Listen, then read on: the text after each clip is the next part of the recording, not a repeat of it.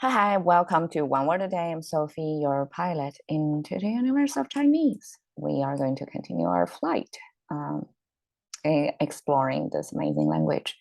Last time we talked about 万念俱灰, 万念俱灰. Okay, even just by sounding this, right, the sound of it sounds depressing because imagine like all your expectations or your hopes, actually the ideas here more likely to mean the hopes, the ideas of life, like your expectations of where life are going, right?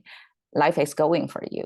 So those are specifically ideas. It doesn't mean like your creative ideas to find a solution. Like if everything that creative ideas fails, we don't use this description. But when you say 万念俱灰, this idea in particular means hopes for the future.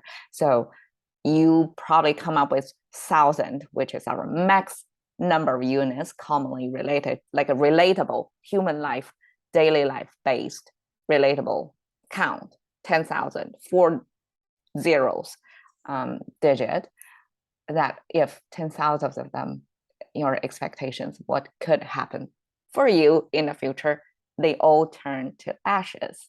Either they burn down, no energy anymore, like there's no hope, it's a died fire, or it's the color of gray, that things are not looking bright at all. Things are dimmed, like there's little, like low energy. In both cases are low energy. So if that 万念俱灰 phrase were used, that means somebody really lose hope of future.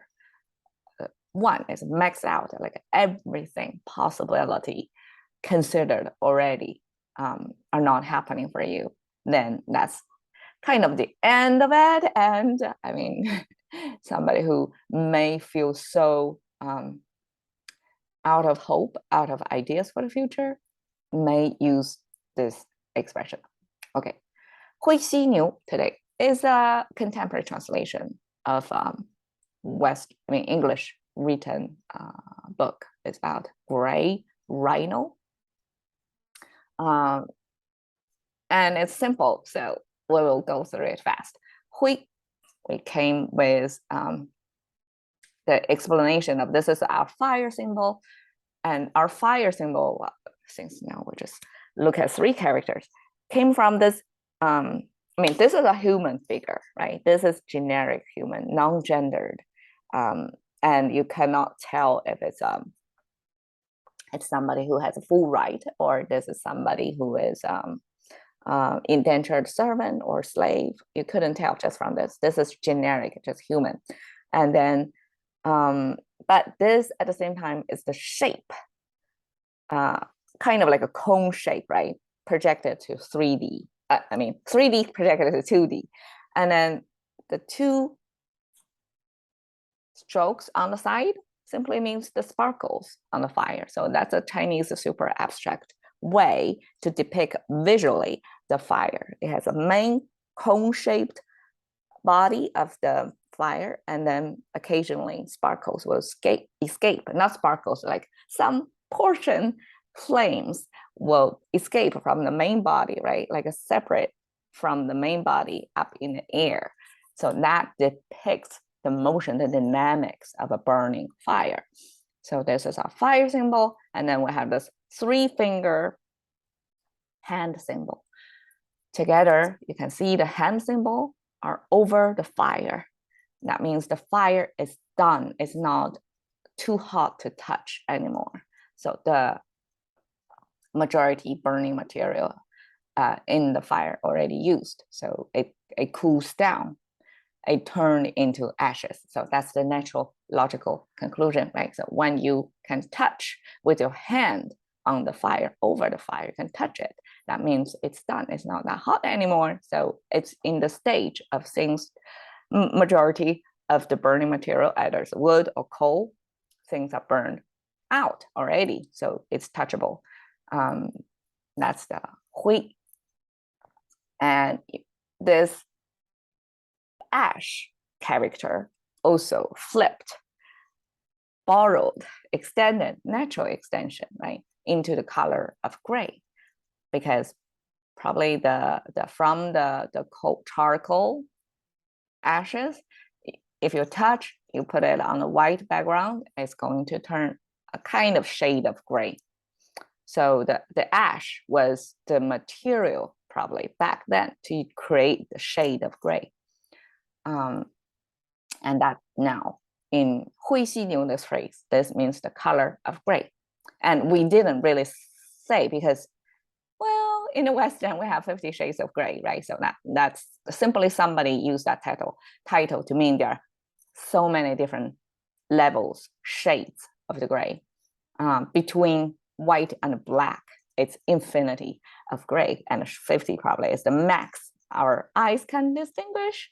I don't know how many gray color I can distinguish, but if you check a color, not a color, a gray scale, so from the purest white to the purest black, and then there are different levels of gray. I mean, normally color, gray scale, color would turn probably 10, like between black and white, there are 10 levels of gray, but definitely in between them, you can cut even further. So probably 50, pretty impressive collection of gray. So here I'm saying like this ash symbol turned gray color. It's generic gray, like it's anywhere in between the white and black. There is no definition. I mean, it's color is something really difficult to define. It have to be defined by example. Have to put a color standard over there, right? That's what Pantone company and other color standard building companies to it's for, like to establish a common language between companies. Like if they call a certain gray, I forgot like what's the typical color of gray. There are all kinds of gray, like, and then they use human language, like relatable in our like a charcoal gray, I guess, and steel gray, right? Different type of gray that we use this language of different to attach to gray to mean a certain shade or kind, right? Between the black and white, there are also white or cool gray. So in Chinese human language, we just define it as gray. The variation, the millions and like infinite combination of how gray, what exact kind of gray is non-defined. So okay, a little bit of color theory over there. 犀牛, okay, 犀牛 is a rhino. So Chinese has this way of creating our characters with this new is generic category, and it just okay a cross with the horns. I mean, this is a beautiful, beautiful character creation. You can almost see the horn over here, and over here on this side you cannot see the tip of the horn, not sharpened. It's because of how Chinese was written. It started from the left. So when the brush drop down, it's going to create a blob. So there's no sharp edge anymore. I mean, on the starting point, it's not possible to create the sharp edge. But when it curved to the very end, tipping off, you can lift your brush like ever so gradually, so that at the end there is a sharp edge. So one side is sharp, but you get like both sides supposed to have the sharp edge to depict the horns. So horn is two horns is the main feature of ox or bull. So that's our generic. We didn't really, just like a gray, we didn't define like what kind of gray that is, right? We have to add something else plus this ox generic term to further define what kind of gray, ox that is. So we have water ox, 水牛. That's the kind of ox. I mean, I haven't met one in my life, so I cannot really say what a 水牛 does, but probably, I mean, just from the sound, like water, that means the ox can swim through water, and it's commonly seen in southern China, and they use the 水牛 as a kind of a domestic animal. I don't exactly know what's the function of the 水牛, but it's part of life back there. But 犀牛 is more exotic, like it's not originated in China. So rhino was not part of daily life ox type. But it was sent to China as kind of import, a foreign gift or import, and some language creators have to form a character for this type of ox that looks like ox but with only one horn, right? I guess Chinese classified that rhino as an ox is because of they have horn, but they only have one horn, and it looks kind of weird, right, in comparison to the 水牛, the water ox. So language creator emphasize the tail. So the top portion of here is actually depicting the tail. It's a generic tail. It's like there's no explanation of what kind of animal's tail over here, but it came from this actually a body or dead body most often of rising over here but flat, all of like view it sideways. This is rising, right? And then the remaining of it is flat. So that's the main body of something. And then you have this hairy or furry horizontal. So Chinese express fur as horizontal strokes, right? So this you have furry. So when you see this is furry, and then this tip of the tail. So I guess some animals, they do have their tails pretty furry with hairs. So that's kind of a zoom in. In Chinese character, in a lot of abstraction process, we just capture the main feature, just like the ox, right? We have a cross, so you have a body represented over there. You know the spatial sense is two-dimensional, right? There's a certain height and width.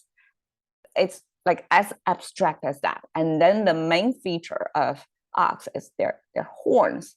So horn, then that's it. That's a representation of this whole category of animal, right? So similar here, it's a type of ox, and we have this character in there. But within that, we capture, like zoom in on the tail. So that's the main feature. So I didn't know why the language creator back then chose to feature the tail of rhino. Now, out of all things, if you see rhino, most likely you will see that one kind of like a unicorn, instead of on top of the head, it's still over the nose, right? So rhino was defined, at least to my eyes, by that unicorn. But here the language creator chose to show the tail, the back end of it. So go figure.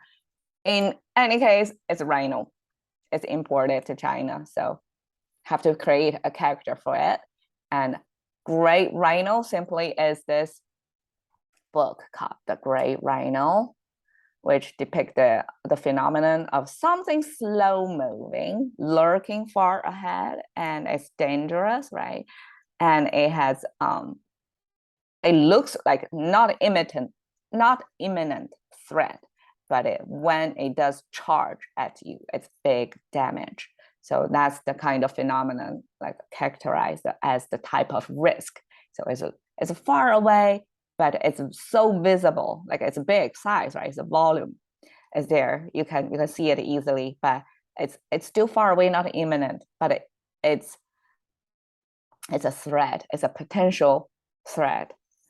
Okay, that's about it. This is our Chinese translation of The Great Rhino. Cash into the currency of thinking about one more day. See you another day.